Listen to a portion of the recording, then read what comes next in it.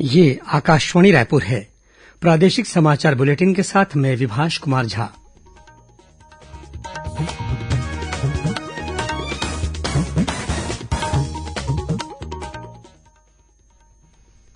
और अब पेश है आज के मुख्य समाचार।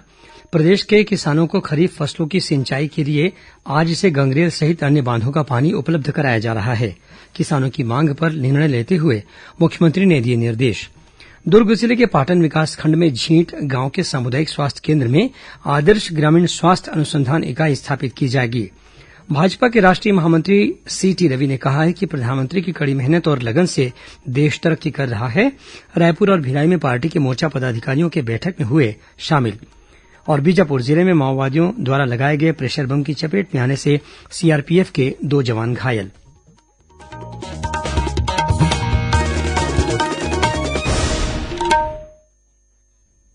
अब समाचार विस्तार से। प्रदेश के किसानों को खरीफ फसलों की सिंचाई के लिए आज से गंगरेल सहित अन्य बांधों का पानी उपलब्ध कराया जा रहा है। इस संबंध में किसान संगठनों के पदाधिकारियों और जनप्रतिनिधियों ने मुख्यमंत्री से चर्चा के दौरान अपनी मांग रखी थी। किसानों की मांग पर निर्णय लेते हुए मुख्यमंत्री ने आज से ही गंगरेल बांध सहित अन्य जलाशयों से सिंचाई के लिए पानी छोड़े जाने के निर्देश दिए हैं। दुर्ग जिले के पाटन विकासखंड में झींट गांव के सामुदायिक स्वास्थ्य केन्द्र में आदर्श ग्रामीण स्वास्थ्य अनुसंधान इकाई स्थापित की जाएगी। स्वास्थ्य मंत्री टीएस सिंहदेव की मौजूदगी में आज इस संबंध में एक समझौते पर हस्ताक्षर किए गए। यह इकाई जबलपुर स्थित राष्ट्रीय जनजाति स्वास्थ्य अनुसंधान संस्थान के सहयोग से स्थापित की जाएगी। इसमें करीब 2 करोड़ रुपए खर्च होने का अनुमान है। इस मौके पर स्वास्थ्य मंत्री ने कहा कि आदर्श ग्रामीण स्वास्थ्य अनुसंधान इकाई के स्थापित होने से प्रदेश में विभिन्न बीमारियों की जांच, अनुसंधान, निगरानी और पूर्वानुमान में मदद मिलेगी। साथ ही प्रदेश के स्वास्थ्य विभाग और अस्पतालों में काम करने वाले तकनीशियनों और पैरामेडिकल स्टाफ को प्रशिक्षण भी दिया जा सकेगा। छत्तीसगढ़ में अब तक करीब 1 करोड़ 88 लाख टीके लगाए जा चुके हैं। इनमें से 1 करोड़ 36 लाख से अधिक लोगों को कोविड का पहला टीका और 52 लाख से अधिक लोगों को दोनों डोज लग चुके हैं। इस बीच राज्य के 3 जिलों कबीरधाम, नारायणपुर और गौरेला पेंड्रा मरवाही में वर्तमान में कोरोना का एक भी सक्रिय मरीज नहीं है। प्रदेश के 15 जिलों में कल कोरोना का कोई नया मामला सामने नहीं आया है। पूरे प्रदेश में कल हुए 22,000 से अधिक सैंपलों की जांच में सिर्फ 30 व्यक्ति संक्रमित पाए गए। प्रदेश में भी सक्रिय मरीजों की संख्या 285 है। इस बीच नीति आयोग के सदस्य डॉक्टर वीके पॉल ने कहा है कि इस वर्ष सुरक्षित रूप से त्योहारों का आयोजन कोविड महामारी से संघर्ष में निर्णायक भूमिका निभाएगा। श्री पॉल ने एक वीडियो संदेश में कहा कि एक स्थान पर समूह में बहुत अधिक लोगों के एकत्र होकर त्योहार मनाने से कोविड संक्रमण बढ़ने का खतरा रहेगा। इसलिए उन्होंने लोगों से घर में रहकर ही त्योहार मनाने की अपील की है। भाजपा के राष्ट्रीय महामंत्री सीटी रवि ने कहा है कि देश की जनता प्रधानमंत्री नरेंद्र मोदी के कार्यकाल से प्रसन्न है। श्री रवि ने कहा कि प्रधानमंत्री की कड़ी मेहनत और लगन से देश तरक्की कर रहा है, इसलिए जनता को प्रधानमंत्री पर पूरा विश्वास है।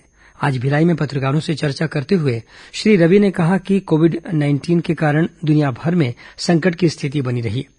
इसके बावजूद देश के सकल घरेलू उत्पाद जीडीपी में बढ़ोतरी हो रही है।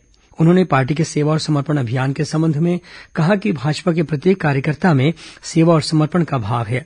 श्री रवि आज रायपुर स्थित प्रदेश भाजपा कार्यालय में पार्टी के विभिन्न मोर्चा प्रकोष्ठों के पदाधिकारियों की बैठक में शामिल हुए।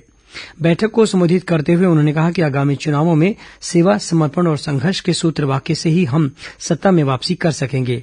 उन्होंने कहा कि बूथ और शक्ति केंद्रों तक कार्यकर्ताओं को और अधिक मजबूती से कार्य करना होगा। बैठक को प्रदेश भाजपा अध्यक्ष विष्णुदेव साय और नेता प्रतिपक्ष धर्मलाल कौशिक ने भी संबोधित किया। इससे पहले श्री रवि पार्टी के सेवा और समर्पण अभियान के तहत आयोजित संगोष्ठी में शामिल होने के लिए आज भिलाई पहुंचे। वहां उन्होंने पार्टी के विभिन्न मोर्चा के पदाधिकारियों की बैठक भी ली। बैठक में राष्ट्रीय महामंत्री ने पार्टी के जनाधार को देशभर में और बढ़ाने पर जोर देते हुए वर्ष 2023 और 2024 के चुनावों के लिए पार्टी पदाधिकारियों और कार्यकर्ताओं को उत्साहित किया। वे कल बिलासपुर में भी भाजपा के अनुसूचित जाति मोर्चा की जिला स्तरीय बैठक में शामिल हुए। कल अंतर्राष्ट्रीय वृद्धजन दिवस मनाया जाएगा। इस अवसर पर राज्यपाल अनुसुईया उइके, मुख्यमंत्री भूपेश बघेल और समाज कल्याण मंत्री अनिला भेड़िया ने सभी बुजुर्गों को बधाई देते हुए उनके खुशहाल और सुखी जीवन की कामना की है। अपने संदेशों में इन सभी ने कहा है कि बुजुर्ग परिवार और समाज के मूल स्तंभ होते हैं और उन्हें सम्मानपूर्वक जीवन के लिए स्नेह का वातावरण देना हर नागरिक का कर्तव्य है। प्रादेशिक समाचार आप आकाशवाणी रायपुर से सुन रहे हैं।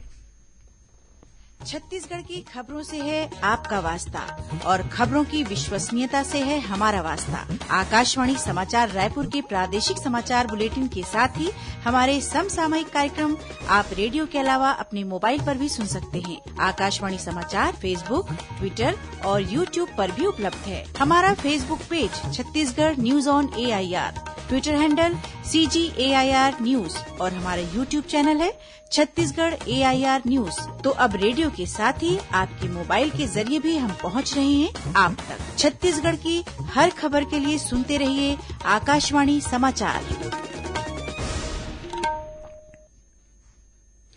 और अब आगे बढ़ते हैं बाकी के समाचारों की ओर। बीजापुर जिले में चिन्ना, कोडपाल और मुरकीनार के बीच मार्ग पर माओवादियों द्वारा लगाए गए प्रेशर बम की चपेट में आने से गश्त पर निकले केंद्रीय रिजर्व पुलिस बल CRPF के 2 जवान घायल हो गए।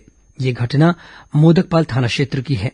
जिले के अतिरिक्त पुलिस अधीक्षक पंकज शुक्ला ने बताया कि इनमें से एक जवान की हालत गंभीर है।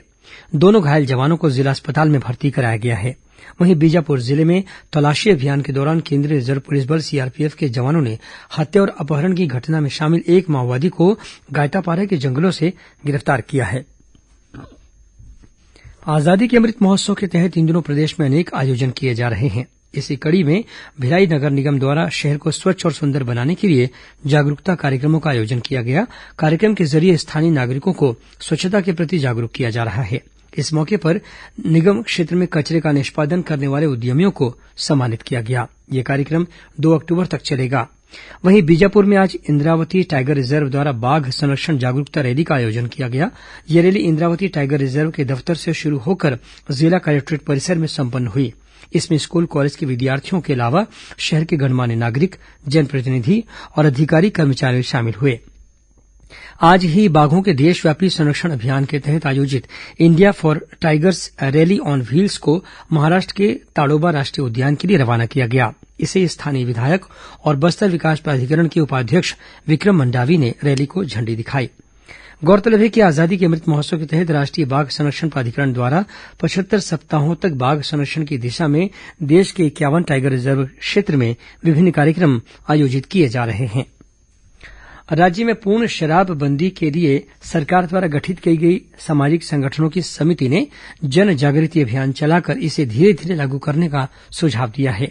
सभी सामाजिक प्रतिनिधियों ने पूर्ण शराबबंदी पर सहमति जताई और कहा कि इसे एकाएक लागू नहीं किया जाना चाहिए।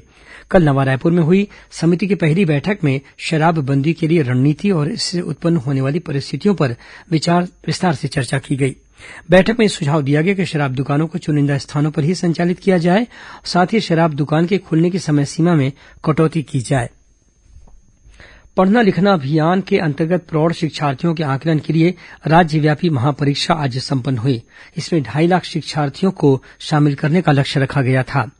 प्रदेश के 28 जिलों के 121 विकास खंडों और 102 नगरीय निकायों में इस महापरीक्षा का आयोजन किया गया। कुछ खबरें संक्षेप में सुन लीजिए। केंद्रीय वित्त मंत्रालय ने सार्वजनिक क्षेत्र के 12 सार्वजनिक क्षेत्र के बैंकों के लिए लिपिक भर्तियां और अब से विज्ञापित भर्तियों को हिंदी अंग्रेजी के साथ साथ 13 क्षेत्रीय भाषाओं में आयोजित कराए जाने की अनुशंसा की है। छत्तीसगढ़ अपेक्स बैंक के अध्यक्ष बैजनाथ चंद्राकर ने सहकारी बैंक तथा सहकारी समितियों के कामकाज को कम्प्यूटराइज करने की कार्ययोजना तैयार करने के निर्देश दिए हैं।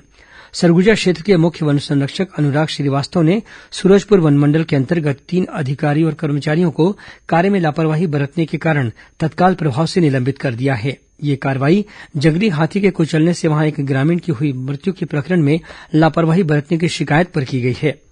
बालोद में आंगनबाड़ी कार्यकर्ता और सहायिका संगठन ने अपनी 7 सूत्रीय मांगों को लेकर आज नया बस स्टैंड परिसर में धरना प्रदर्शन किया।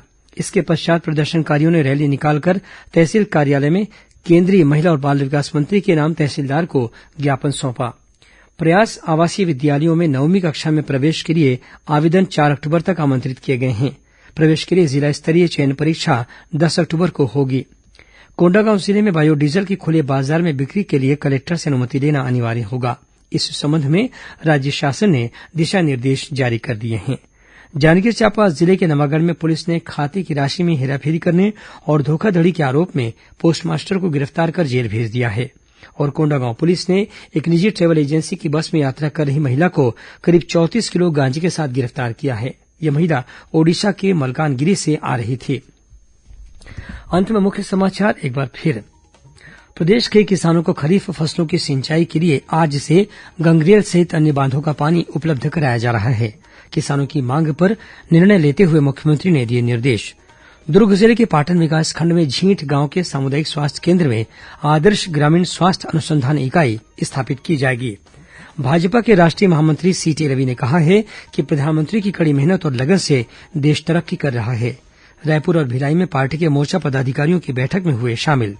और बीजापुर में माओवादियों द्वारा लगाए गए प्रेशर बम की चपेट में आने से सीआरपीएफ के 2 जवान घायल। इसी के साथ प्रादेशिक समाचार बुलेटिन समाप्त हुआ। नमस्कार।